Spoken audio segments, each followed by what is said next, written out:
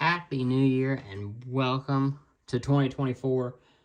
There is a lot of anime coming out this year that is going to be very good, and I'm going to go over 15 of them today that I think are the ones I'm most excited for. Obviously, there's going to be a few that I don't mention, like My Hero Academia, the new season. I've not watched any of that show, so I have no clue how good it's going to be. I'm not excited for it. Doesn't mean I don't want to eventually get into that show. Maybe I will be by that time, but at the moment I'm not. So these are 15 that I'm really interested in. Maybe you are too, and maybe you didn't know some of these were coming out, and I'll tell you now. First off, The Danger in My Heart Season 2, airing this winter 2024. It is Season 2 of a phenomenal show that aired last year. It really just surprised me on how well it was done. Definitely worth checking out if you haven't already. One of the standout shows from last year, and I'm very glad it got a Season 2 so quickly. Hopefully it will get more beyond this because there's plenty of material that it can adapt. So hopefully we get all that, but for now, I am very excited we're getting a Season 2 and so quickly. Next up, A Sign of Affection. Now, this is a brand new show that is airing also this January. It follows a girl that has a hearing disability. This is really interesting to me, and I watched the first episode of this at Anime NYC this year, and I really wasn't that interested in it until I saw it, and it's really well animated. The story is actually really interesting, and it's something that I'm really looking forward to getting into, so I am cautiously optimistic on where it will go. The character design is not my favorite, but it is good. Definitely, I think one that I want to check out, and I think it could be very, very good and an underrated, not underrated, a underdog of this season, I should say. Next up is Bottom Tier Tomozaki Season 2. Another one that I am so glad got a Season 2 because Season 1 was fantastic. I enjoyed that a ton whenever it came out. And I'm so glad we are getting a Season 2 of this. This is a great series. The characters are just very well done. There is a lot here they could do. And I really hope, because a lot of shows like this, they will get a Season 2, but that Season 2 will be either very cramped with trying to get too much into one season because they're afraid they might not get a Season 3, or it will be lacking material because they expect to get so many seasons. And I hope they can balance that right, because it's a very well done show, and I am very excited to see more of it, but we will have to see. The last one I'm going to talk about for January this year is The Weakest Tamer Began a Journey to Pick Up Trash. Now, this one is one that I think could be very interesting. It is a isekai, I believe. It's a fantasy, I'll give it that. But the story is about a tamer that has no powers at all and befriends a slime, and they go on adventures pretty much. I don't want to get into a lot of it, but it's very, I will say, for an isekai, which I'm not big into isekais because I think they get repetitive. This one seems like it has something unique to share about it. Hopefully it's not diluted a lot, but we'll have to see on that. One that I am, again, cautiously optimistic, but I am more positive on that this could be really well done. Next up, this is moving on into April of 2024. Sound Euphonium Season 3, the finale of Sound Euphonium. We have finally got to Kumiko's third year. This is just one of the greatest anime of all time, in my opinion. Kyoto Animation, one of their greatest, in my opinion. I think it surpasses Violet Evergarden and A Silent Voice, even. I think it is up there with the all-time greats. And I am so excited to see the story finish here. It is something that I know how it ends, and I am satisfied with that. I know others will not be, but hopefully the feeling that was able to be done in season 1 and 2 are able to be shown here. I do think the film that covered her second year is weaker than the first and second season, but that was because they really tried to mesh too much into one film. And now I'm glad we're getting a full season, able to really flesh out these new characters being introduced, the older characters that we're going to get good conclusions to. Very excited about this one. Next up, we have Demon Slayer Season 4, I guess you would say. This one's going to be interesting because it depends on how they adapt this arc. This arc is the Hashira training arc, and the Hashira training arc is a very short arc, and it leads right into the Infinity Castle arc, and there's been rumors that the Infinity Castle arc is going to be adapted into 3 films. And if that's the case, then the Hashira training arc is only going to be maybe like 3 to 4 episodes long. But I've heard they might also be adapting some of the light novels into this. Maybe some, like, I don't know. It's going to be interesting how they adapt this. There is some really good stuff this season that really fleshes out the Hashira we haven't had a lot of attention to yet, like, you know, basically all of them. So I'm very much looking forward to that, and I think it will be well done.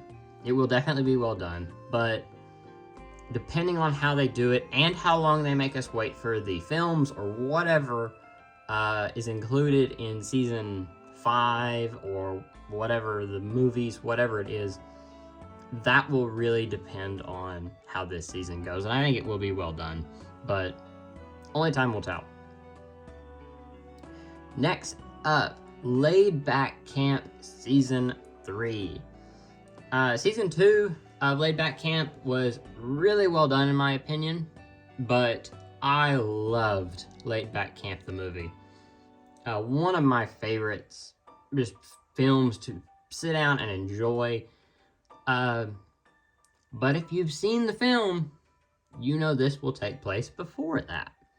And I'm okay with that because I feel like there's a lot to tell in the Laid Back Camp universe. I'm not deep into the manga. I've read a little bit of it, but not a lot, so I don't really know what's coming. But I am looking forward to this. It's just a cozy anime. I think that's good enough. Konosuba Season 3. Now, we got the Megumin anime last year, and personally, I'll be honest, it was underwhelming for me. There were some great moments, but it was not the same without our main cast. And now that they're all back together, the story's continuing on, I think it's really going to take off, and I think this is what we've been waiting for, and I am super excited for it. I hope that it hasn't been too long and that it doesn't feel the same. I don't know, but hopefully all is good and we'll get some classic Konosuba just goodness. Next up, another one for spring 2024. This is another new one though. This is Whisper Me a Love Song. This is a Yuri anime, which I know some people, that's not for them, and I completely understand. But for me, I really enjoy some of these shows. As you can see, I have the manga back there. I don't know how far they'll adapt into it, but hopefully they'll adapt quite a bit of it. But this show could be really good because this story is honestly one of the better ones of the Yuri genre that I have seen. So I am very excited for this. I think it will be well done. I think everything I've seen from it looks really good. The visuals we've seen so far of it, it looks well drawn. The character design looks good. So I don't know. This is one that Yuri anime to me can either be really well done or it can be mediocre, and I'm hoping this is in the well done camp.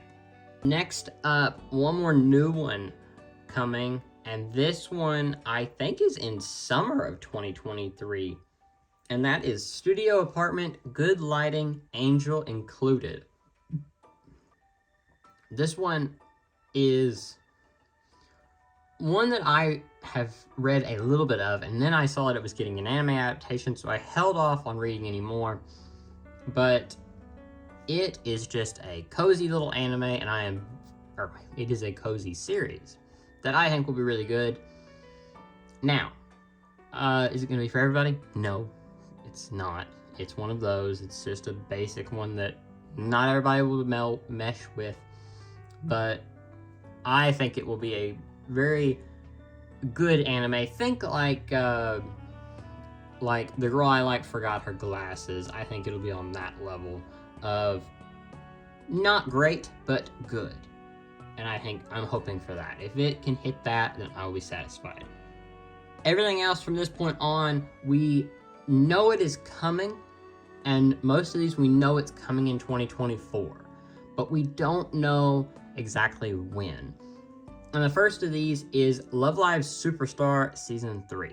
Now, I know everybody's not a Love Live fan, but to me, the Superstar series of the franchise has been one of my favorites. I love all the characters they've introduced. Now, Season 2 is not the greatest, I'll admit that, but I really am looking forward to seeing the first years that we've gotten introduced to in Season 1 that became second years, and now they will be third years, and obviously we'll see their graduation. I think this can really be something that Love Live really needed. It needs some story-driven stuff, and I know that's not what everybody tunes in for, but I think it really needs to show audiences, hey, we can offer you really good stuff. I don't think Johan, the series, did that. I don't think Love Live Superstar Season 2 did that. Honestly, the last one that did that was the Nijigasaki Season 2. And that was back in like 2021. So it's been a little bit. So hopefully we get some, or that was 2022.